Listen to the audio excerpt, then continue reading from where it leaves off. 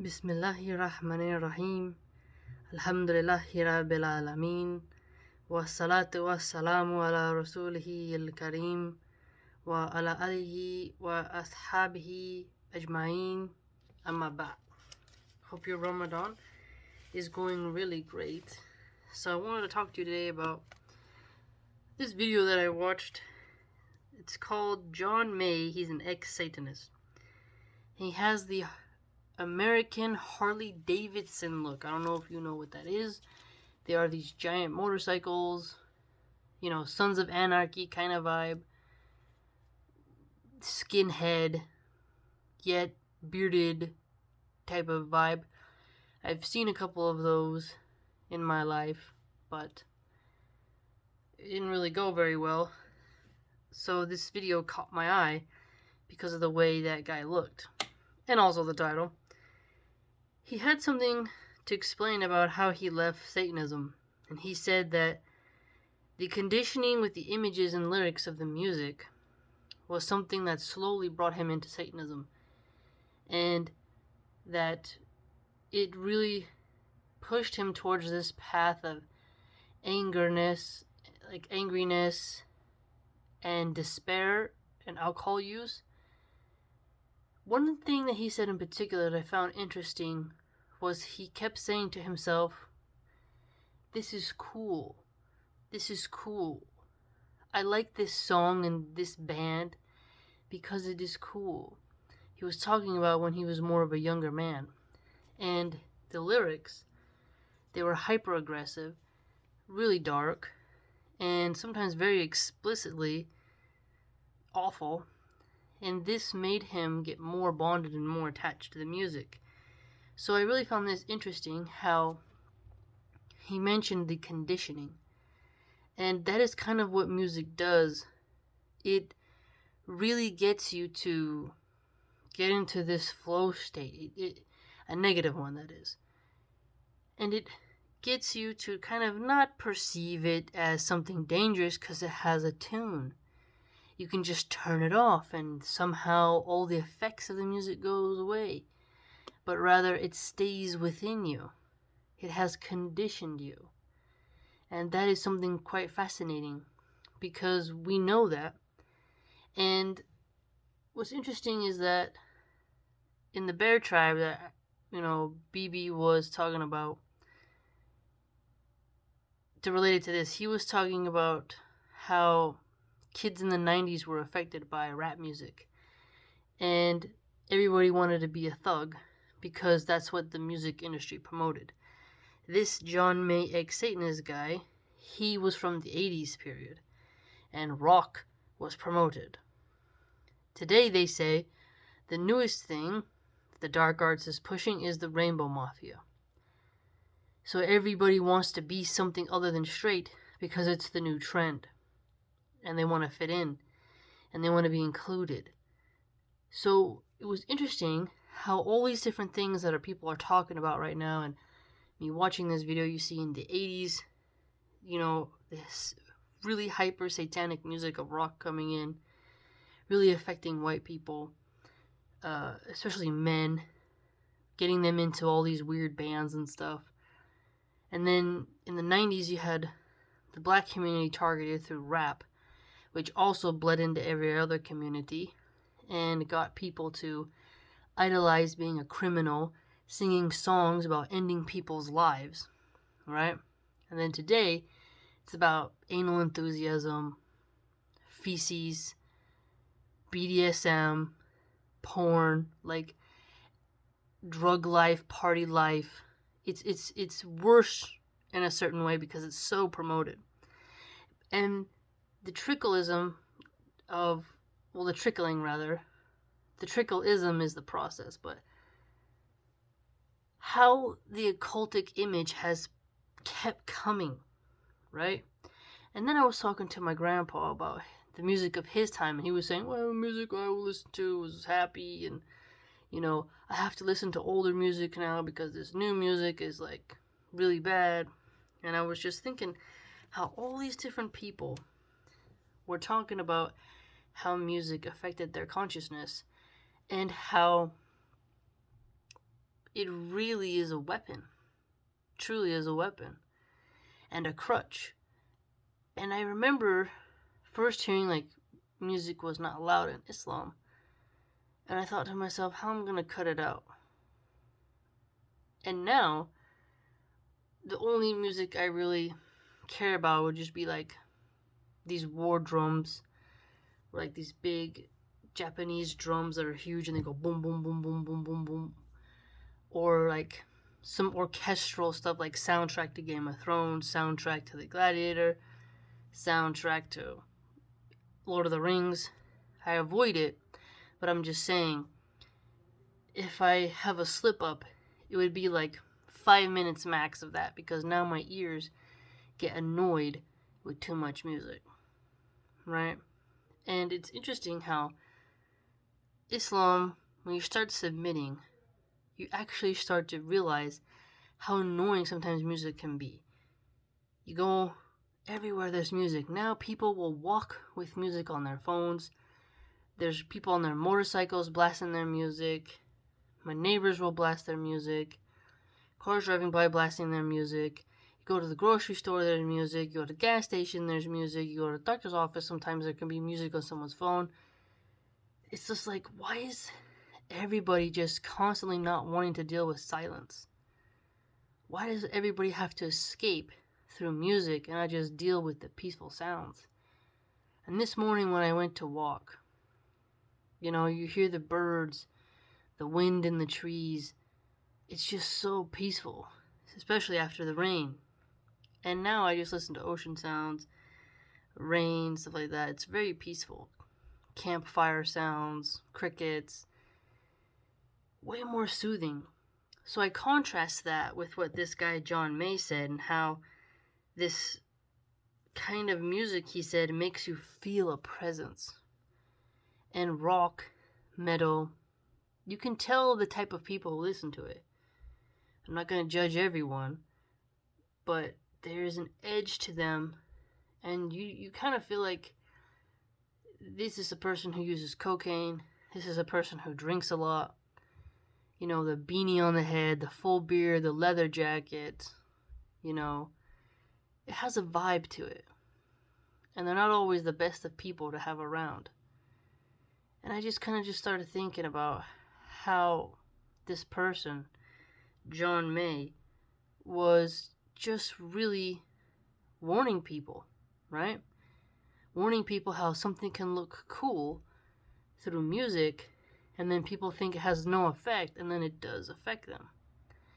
And it's amazing to me when I see people not admit that music has an effect on them.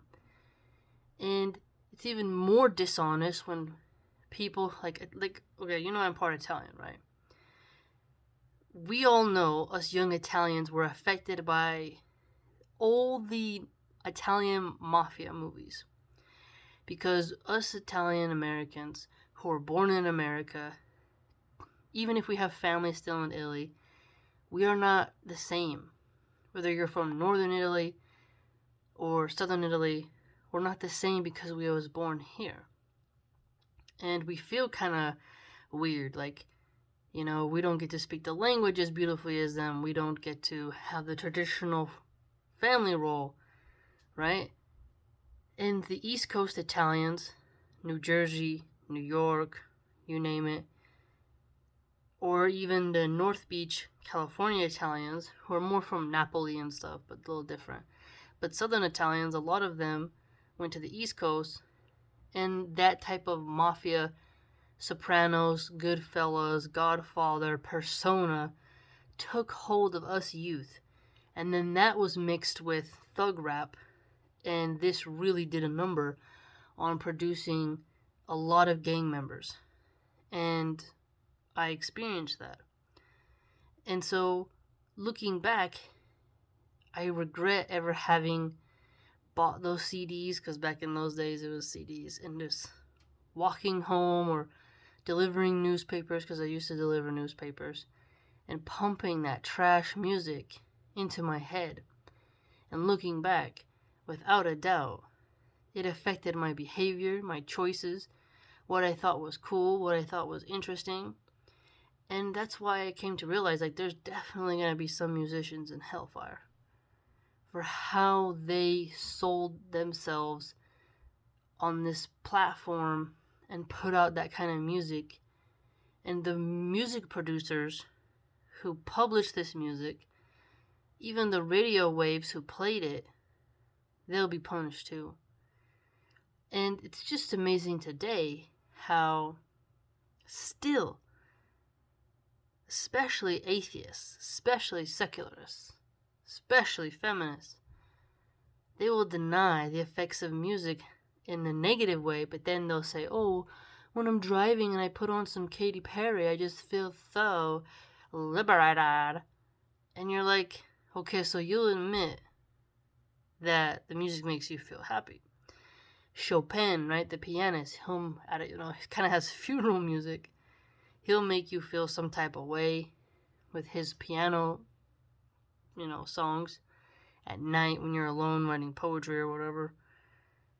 And you're gonna tell me that the aggressive, mean rap and rock that has zero effect?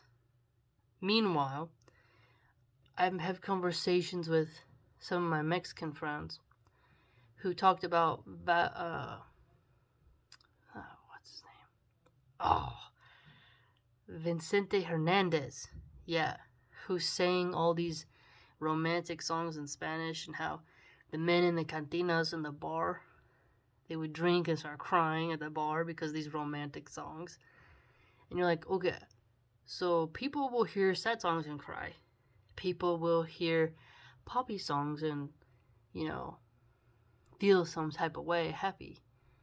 Yet they're denying this heavily dark, definitely satanic imagery will have zero impact, zero effect, zero influence on someone's behavior. It just is amazing how they'll still deny it.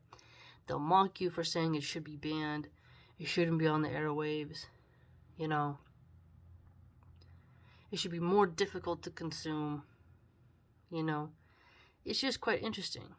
And so all these different pieces of me talking to people and then coming across that John May ex-Satanist video, he later converted to Christianity, except one of the things he did was talk about Christian rock. And I thought to myself, are you serious? Christians have allowed the most stupidest form of music called Christian rock? You're gonna play rock music and sing about Jesus?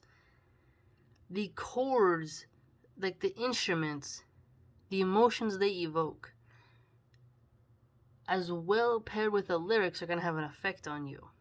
So when you're getting moved, it's by the instruments, it's not by the lyrics. In that case, I'd say.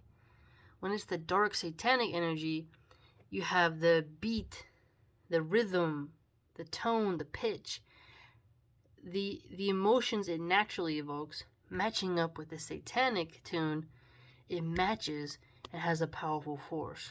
When you're trying to combine holy scripture for the Christians with the tune of rock, it don't work, because you're supposed to calm down and pray and be more focused.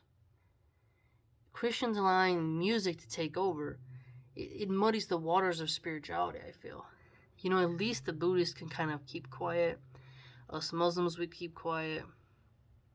But this music that the Christians have allowed, with all their weird musicians, it just breeds lust. All how the women react to these Christian musicians, it's very bizarre. It's just like having all these Christian women be groupies to these Christian singers. It's really bizarre. It's quite strange. And so he promoted this John May guy, Christian heavy metal as well. And it's like, you just are bringing in dark energy into a peaceful place. Like the Gregorian chants, those are actually pretty peaceful, Ominous Day, I think one of the Catholic songs is. I took a music course. But when we did the Gregorian chant period, It was actually like, it's pretty beautiful. It was no instruments. And then later when they have that, what is that? There's the harpsichord, but there's the big one. What's it called? You know, the one which like sounds like pirate music on Davy Jones. I forgot what it's called, but it's one of those. It has all those tubes in it. It's like doo doo doo doo. Bach kind of. The Baroque period kind of had it. The harpsichord. It's like the harpsichord, but it's a little bit bigger. There's that instrument, and then when they have the lute introduced, you're like, okay, we're getting kind of weird here. But at least for the Catholics, for that time when they had the Gregorian chants, it was something very different.